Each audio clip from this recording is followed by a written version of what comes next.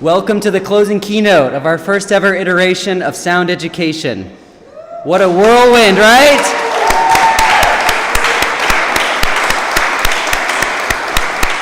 There have been so many magical moments in 2 days.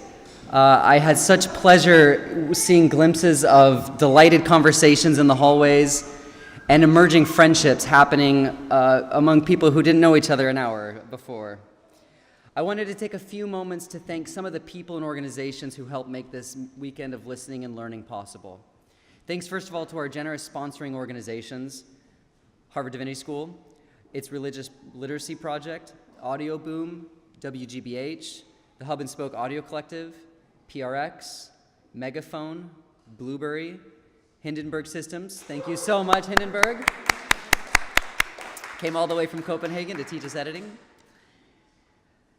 The PRX Podcast Garage, Castbox, Outlier, Radio Public, Open Source, Inscription Design Studio, Ad Results Media, Interview Valet, Podfest, the Podcast Success Academy, Himalaya, Radiotopia, and PodSound.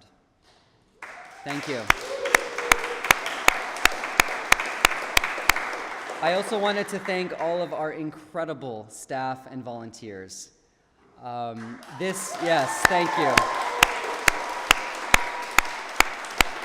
This conference was only possible because of their brilliant problem solving and generosity of time and spirit. I want to single out a few other people I owe special thanks. First, to Doug Metzger, the host of Literature and History, best podcast out there, who was the first person I messaged about the idea of doing a conference on educational podcasting. I messaged him on Facebook. He's like, that's a great idea. Let's do it. His positivity, hard work, and all-around amazingness has been unforgettable. And to Joseph Friedman, without whose hard work, again, this whole conference would have fallen apart. Let's give a round of applause for Joseph.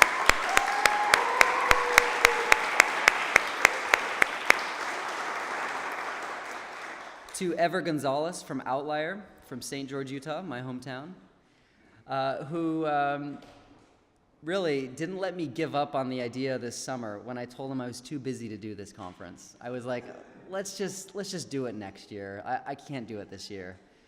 And damn you, Ever, I was too busy to do this. No, but thank you, Ever. He gave me so much important advice and has been so helpful and brought his beautiful family here.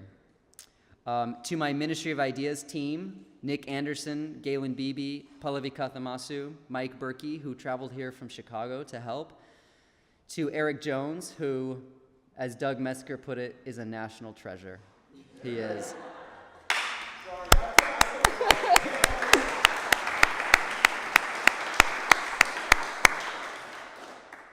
And I want to especially thank Emily Parks, who is visiting here from DC and was there at the very beginning of organizing this conference, helping me put together spreadsheets.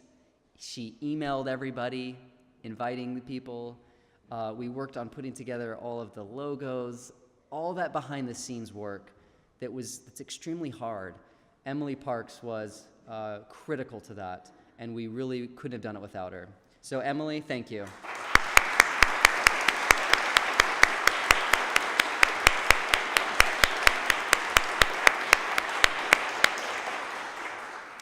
Thank you all from my heart. So it is now my great pleasure to introduce Maayan Plout, Radio Public's content strategist and podcast librarian, who will do us the honor of introducing our closing keynote speaker, Juleyka Lantigua-Williams.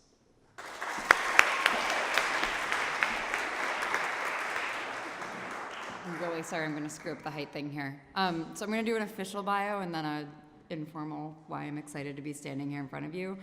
No one can see that I'm standing on tiptoes right now, right? Juleyka Lantigua-Williams is a writer, editor, and founder of the digital media studio Lantigua-Williams & Co., a Fulbright Scholar and John J. Toe Criminal Justice Reporting Fellow. Her writing has appeared at NPR's Code Switch, Atlantic Magazine, the Houston Chronicle, the Miami Herald, the Chicago Tribune, the LA Times, Jet, Neiman Reports, and many other publications. She has made spreading knowledge about the need for criminal justice reform a central tenet of her life's work. It is, in my mind, fitting that we are sitting in a chapel because every time I talk with her, I am absolutely uplifted.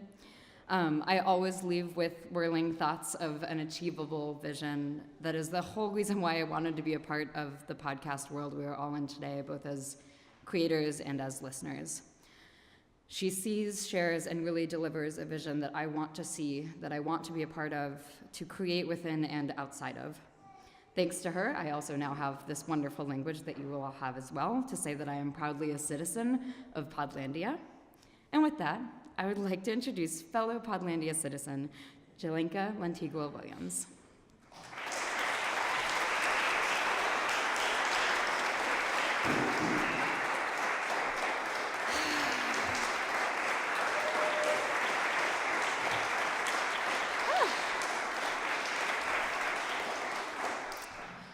So just so you know, my nerves are so bad, I travel with an ER doctor.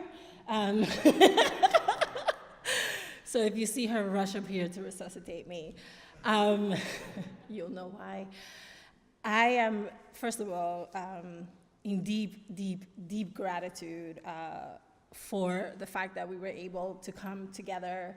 Thank you to Zach and your unbelievable team.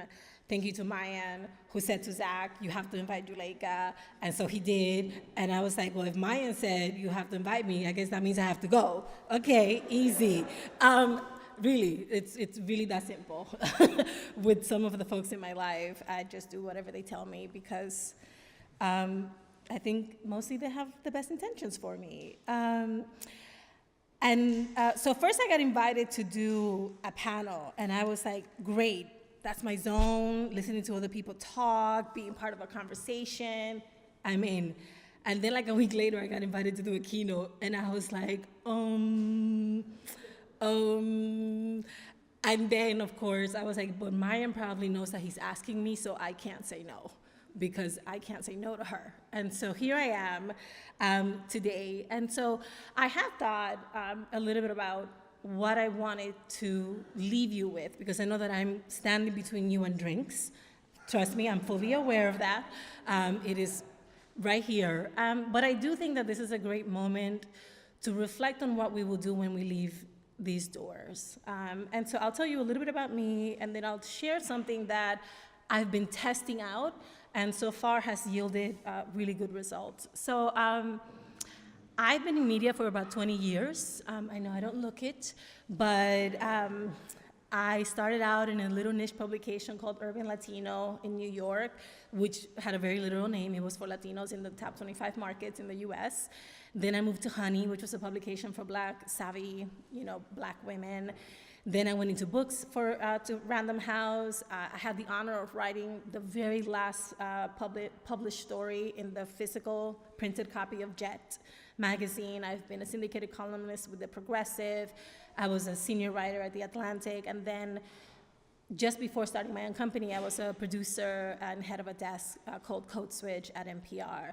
And so that is to say, I've had every job in media, from intern to producer. And most of my life in media has been spent chronicling the lives of hyphenated Americans, because I am a hyphenated American. And so there's a certain affinity, but also I felt like the margin for error would be lower if I started to work on something that I understood, and I started to work on something that would reflect part of my reality and would keep my interest, because 20 years is a really long time. And so now, with the founding of my company, I've endeavored to expand that call to chronicle the lives of hyphenated Americans. And luckily for me, I fell completely, madly in love with podcasting and audio storytelling right after I left The Atlantic to go to NPR. And it completely rejuvenated my love for my craft, because I got to basically do all of the things I love doing in a new medium that was challenging and different and required me to think in different ways. And there were a bunch of things I didn't know. And as a dedicated lifelong learner, there is no better challenge, right? And a lot of you I know are nodding because you relate to this. There is nothing better than learning to do something you love in a different way and being challenged by that. And so, I am still madly, deeply in love with podcasting, and my BFF Insomnia keeps me company multiple times a week when I'm in there, and I just can't let an edit go until I feel like it's perfect. The other thing that drew me to podcasting was that after being at legacy media, which was not all that democratic, I realized that this was finally a medium that had the true potential to be democratic. And so, as I did when I was 18, when I became a naturalized US citizen last year, I applied for Podlandia citizenship, and now I am a fully vested naturalized citizen of Podlandia. And I have basically discarded my print citizenship for life, essentially. So I am a print journalism expat, if you have that. So, fellow Podlandians, which you all are, I think that we are, and we've talked about this throughout this weekend actually, we are at a moment where we bear the privilege and the responsibility of defining what Podlandia is going to be. Like, this is the wild, wild west without the, disease-ridden sheets and the genocide. This is an opportunity for us to plant our digital flag with our shows and see what is possible, right? And so I am so thankful to share with you an idea, a working idea that I've been developing over the last year about how to be intentional in the work that we do and in how we do this work.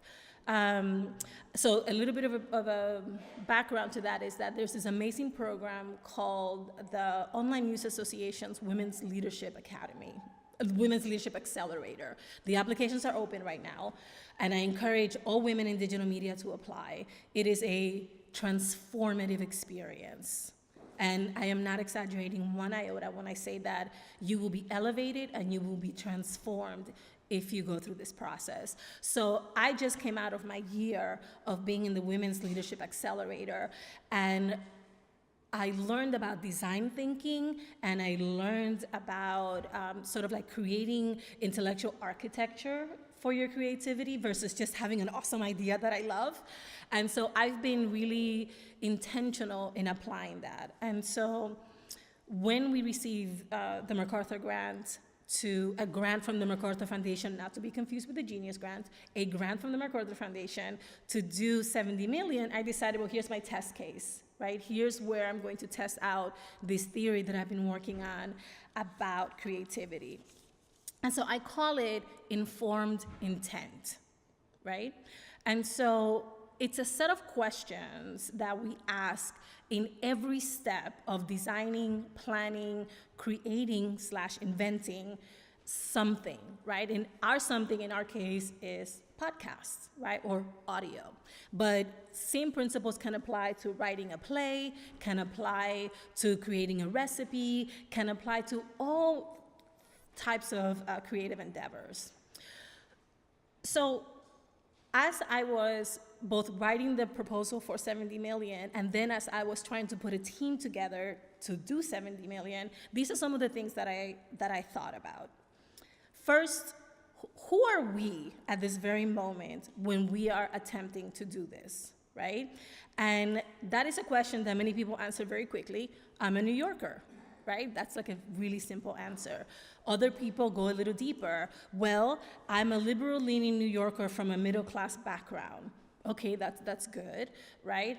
Other people go a little bit deeper. I'm a cisgender, suburban mother of two, married for 11 years, right? So it is really important as the creator for you to understand who you are when you are trying to create something, because it will inform, directly or indirectly, what you are doing. You will imprint your DNA and your biases and your psychoses and all of the wonderful stuff that you have in you in your project, whether you try to or not. And so you have to cultivate and maintain this awareness. And so when I was proposing 70 million, I defined who I was as a journalist, woman of color, trying to educate the public about mass incarceration, right? And it was within that triptych that I then set out to define what this project was going to be, right? Because I knew that these were the three most important perspectives that I wanted to bring to bear on it. Being a journalist was really important because I wanted to maintain the discipline and the ethos of journalism throughout the project, right? Being a woman was really important because I think that women do see things differently. We go about the world differently. And it wasn't that I was gonna make the podcast about women, although there are a lot of episodes about women. It was that I understood very clearly that my perspective as a woman, as a wife, as a sister, and as a mother was going to inform a lot of what we were doing, right? And so you have to ask yourself that. And then when you put people on your team, you have to ask them that. You cannot assume anything. Don't go by their bio, don't go by their LinkedIn page, okay? That's their representative. That's who they want out in the world telling their story. When you get on the phone with that person and you get on Skype with that person, you have to ask them, who are you gonna be if you become part of this team, right? And that's not what role are you going to be assigned, right? And I must have had, so I have a core team of 7 people working on 70 million, and I think I had 45 conversations with people before I decided on the final 7. And all of them, basically, after the initial what's going on, started with that question. This is the project that I want to do. Who do you see yourself being as part of this project, right? And part of that conversation is, how do you want to grow as part of being part of this project, right? That's for me as a leader of creatives, it's really important to set a benchmark for the person when we start the project. And I have weekly calls with everybody on the team in addition to the standing call, and they're like 15-minute calls. They always include 2 questions. One is, what did you do that was different this week? You know, how were you challenged, right? And then always the last question is, how can I support you this week? Right? Nice and simple, and then a lot of stuff happens in between. But those are the 2 questions that bookended. Because I want to make sure that their vision for themselves in the creative process is being met week to week.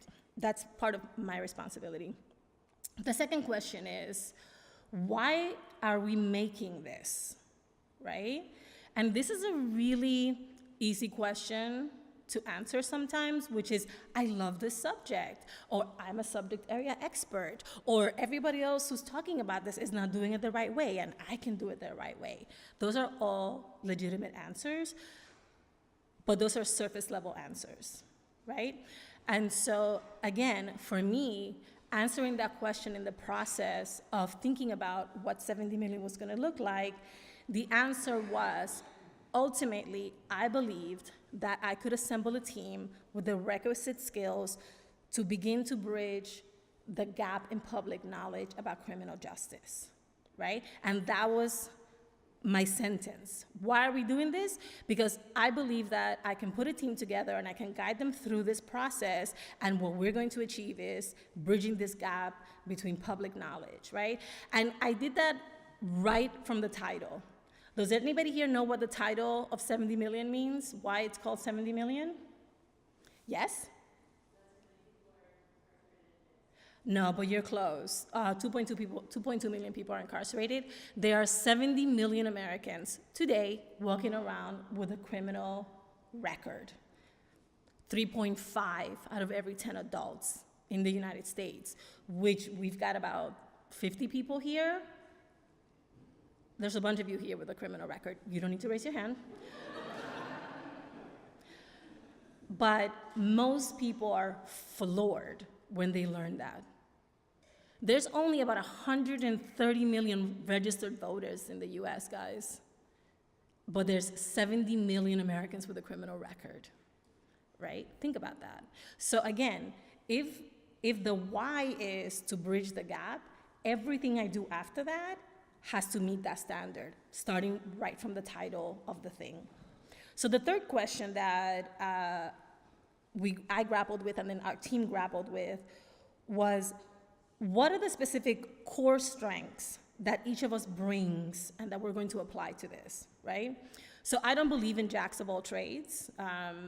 Like, I have nightmares about actual jacks of all trades popping out of scary boxes. And so the intent, again, always going back to the intent was to put a team together where each person would be so essential to the whole thing coming together that you couldn't phone it in. You just couldn't phone it in any day. You couldn't miss a deadline. And not because there were going to be consequences, but because your job, whether you were the associate producer doing archival research or the mixer putting the whole thing together, your job was so essential that you couldn't phone it in. And so in those 45 conversations where I was trying to identify who was going to be on the team, I would say, well, what is the thing that you're really good at, and what is the thing you want to get better at?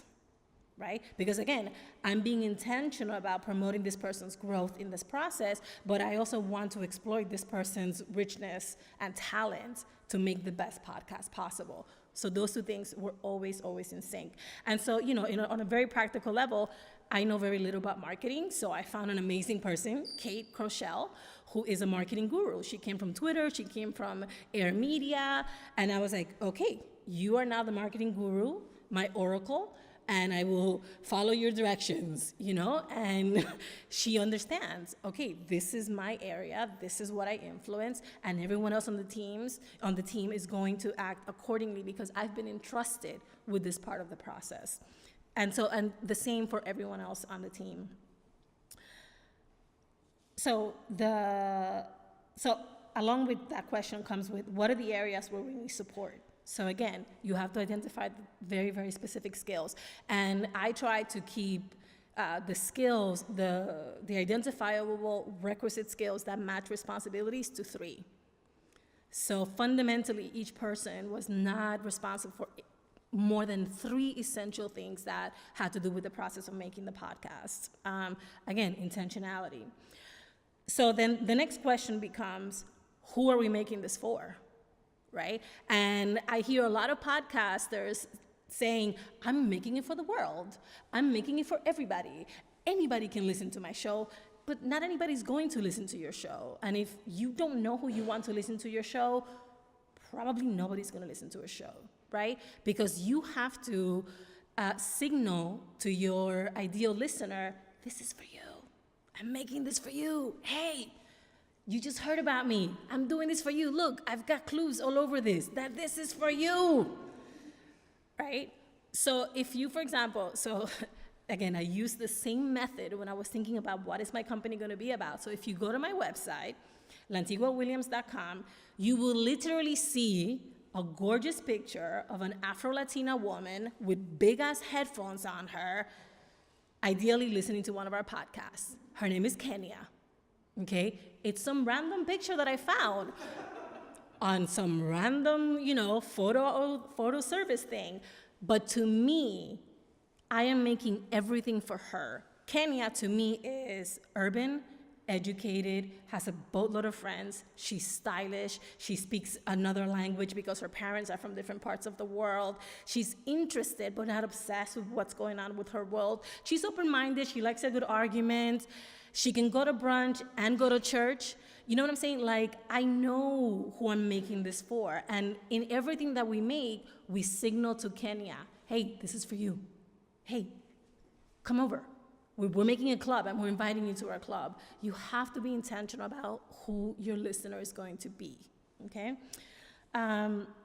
So with 70 million, we made a list.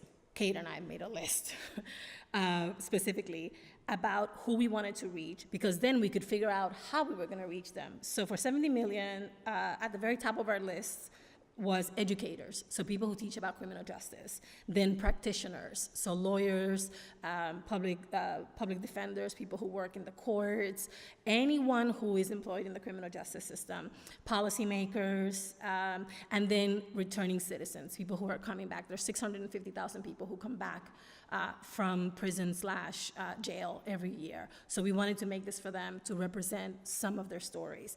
And so once we had the list of who we were targeting, we were able to align our episodes and align all our supporting material accordingly and say very specifically, so the annotated transcript, we're gearing it to the educators. And then this resource guide on how this program was built, we're gearing it to the community activists. And then all of these links to the Marshall Project and the Vera Institute, that's gonna be for the grad student working on a paper, right? So we were able to really zero in once we knew who we wanted to be part of our community. So the next logical step is to ask yourself, how will we measure our success? And this is not an answer that you're gonna get after. So let me dissuade you of that, okay? This is not an answer that comes after you publish your beautiful podcast. This is an answer that you have to anticipate and that you have to have a way of measuring. So lawyers know that you never ask a witness a question to which you don't know the answer. Ask any law student, L1. It's one of the first things that they learn. It's the same thing with creators, especially if you're being intentional about the work that you're doing. You never expect the answer to come after you've put the thing out. You have to anticipate that. So you have to figure out a way to measure that. And I'm gonna say something really antithetical right now, and I may never get invited to do a keynote again, so I'm gonna just enjoy my 5 minutes. We have to stop, please don't quote this on Twitter, anybody who's tweeting, because my mom might see it. We have to stop measuring success like men measure erections. We have to. It is, I was gonna say something bad, but it is not of the times to continue to use vertical measurements as the standard. It simply is not, right? And I've been trying to find a better way to say that, I promise you, but I'm a New Yorker. And so, we shoot straight from the hip. Those things are really useful. They are. I'm not saying that they're not useful. They're very useful to the top 0.03% of podcasts. To the rest of us, in the 99.7%, they're not. They simply are not, because my podcasts have a long way to go before I get on any of those lists. My podcasts have a really long way to go before I get to 100,000, right? I would love to be there, but I'm not. And so these measurements don't help me. They're not instructive, and they don't help me to be intentional in what I am trying to do every single day. And so I had to come up with a different way of telling the team, this is how we will know if we have succeeded. Because obviously, if you're building a team, you're building it for a championship. You're building it for something, right? There's gotta be ultimately a goal, right? And so I said to them, we will know that our work was worthwhile by a couple of things. The first is gonna be whether we thought the work was meaningful. Every week when we get together and talk about what we've done in the last week and the last episode that we produced, did we think that we did well? Do we feel proud? Have we moved the agenda forward? Have we provided value to people who are listening to this? And if the answer to that is consistently yes, we're on the right path. After that, it was course adoptions, right? Because again, professors and educators were my target. So how many professors have written to us that they're adopting the podcast into their course? How many professors or professional teaching associations have tweeted about it or put it on Facebook or somehow spread awareness about the show, right? Since our podcast is open source, which means that anyone, including everybody here, can rebroadcast it, can incorporate it into a documentary, can use it, you can remix it with rap songs. Oh, that actually would be really cool. So if you do that, please send it to us. You can do whatever you want with it, right? And so we wanted to see other iterations of the podcast And that would help us to know that we were successful, right? And then we put it up on something called Content Depot, which is run by NPR, and it basically sends free content out to 400 community radio stations throughout the country. So we paid to put it on Content Depot, and now we're tracking where it's being played throughout the country, right? And so again, not the metrics that come out every week from the people who measure metrics, but our own metrics for understanding how the show is doing and how it's going out into the world. And then lastly, the last question that is very hard, but that you have to answer before you start. I know that it's tough, but you have to answer this question before you start. What will determine if we continue to do this? It's not the same as how will I measure if I have succeeded. What will determine maximum 2 things, right? And not necessarily numerical things, right? But what will determine whether when we have completed our 10 episodes or when we have completed our 6, whatever it is that you're going to do, what will determine whether we will continue with this? And again, this is not an answer you should wait for. This is an answer that you have to have, right? So, a life parallel. There are people who, when they get married, in their wedding vows, they put not to death do us part, but until we stop growing together, right? It's a different type of clause, right? And it also demands collaboration, understanding, mutual agreement, while the going is good, while you're still having awesome sex, and while you still want to spend every moment with each other. That's when you have to make that determination, right? And so with us, with me, I decided that if we achieved all of the smaller measurable goals that I had set out for us, then we would do it again. Right? Now, the caveat is that this is a very expensive podcast to put together. So the second determinant for whether we continue is whether we get funded again, right? Because I don't have the money that it requires to put this together yet, right? And so for me, we've achieved one. We have surpassed all of the expectations that we set out in the way that we defined our success. And we just resubmitted a grant to be funded again. Right? So these are the 2 things that are going to determine. But I said a year ago that these were the things that were going to determine whether we do it again or not. Right? And so I was prepared for whatever that answer was going to be. So I know there's a bunch of us sitting here going, okay, well, that's all great, Juleyka. Yay, Podlandia. But my show is so niche, and I have 1,000 loyal listeners, and I'm doing it in my mom's garage with some borrowed equipment from my grad school. What does this have to do with me? Excellent question. I anticipated that question. See, doing that prosecutor trick. You matter the most, actually. You matter more than the cereals of the world. You matter more than the hidden brains of the world. You matter more than all of those beloved, and I'm a fan, I'm not putting anyone down, but you matter more because you are taking chances and taking risks that they cannot.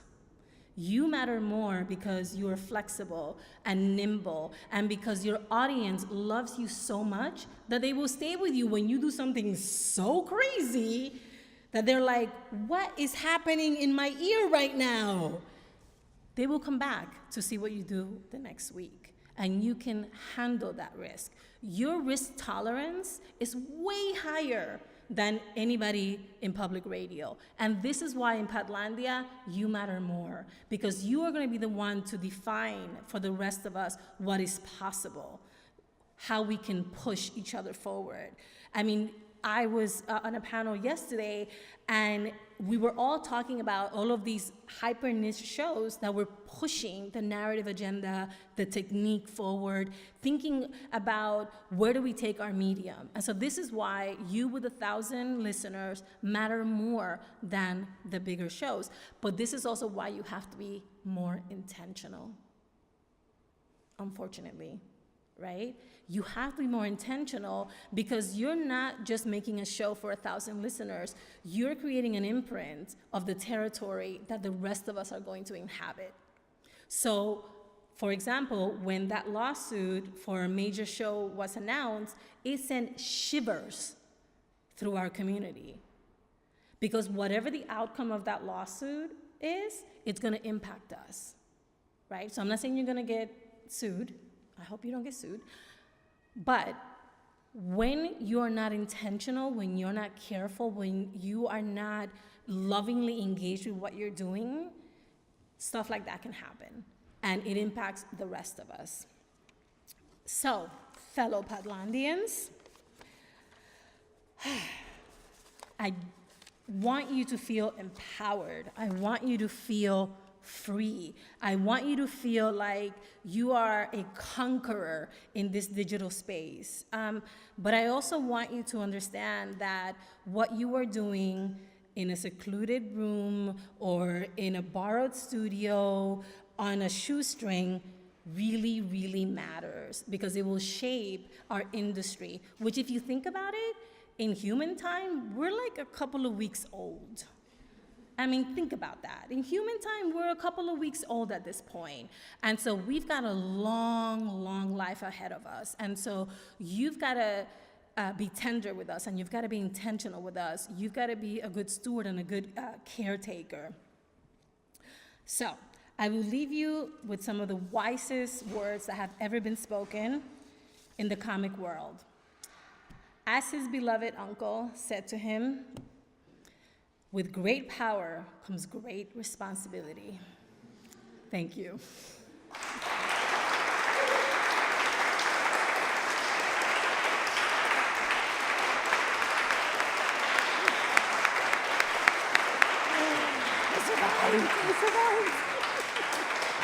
Please give another round for Juleyka.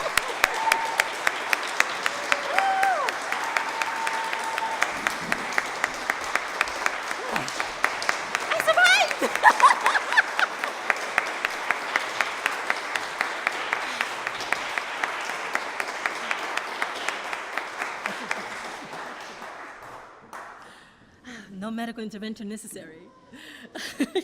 All right, so we can take some questions, right? Yeah, sure. Yeah, we can take a few questions. He'll turn the mic off when we're done. You can ask me anything. I'm pretty transparent. Oh, wow, no questions. Okay, bye. I think I've worn them out. Yes. Maybe what we can do is if you have questions, come and find Juleyka after. Yeah, I'm going to the thing. Great, So great. let's go to the thing. Before we close, I would just like to recognize one person here who I feel is an elder statesman and an example for the rest of us on how to do educational audio with integrity, with excellence, and with the spirit of inquiry and truth. Chris Lydon, would you stand up, please?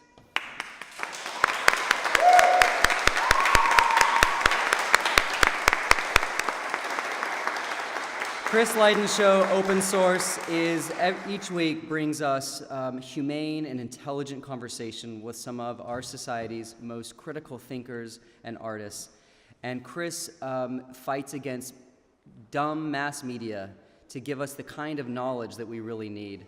And it's the spirit of your show is the kind of thing that our country desperately needs. So thank you again, Chris.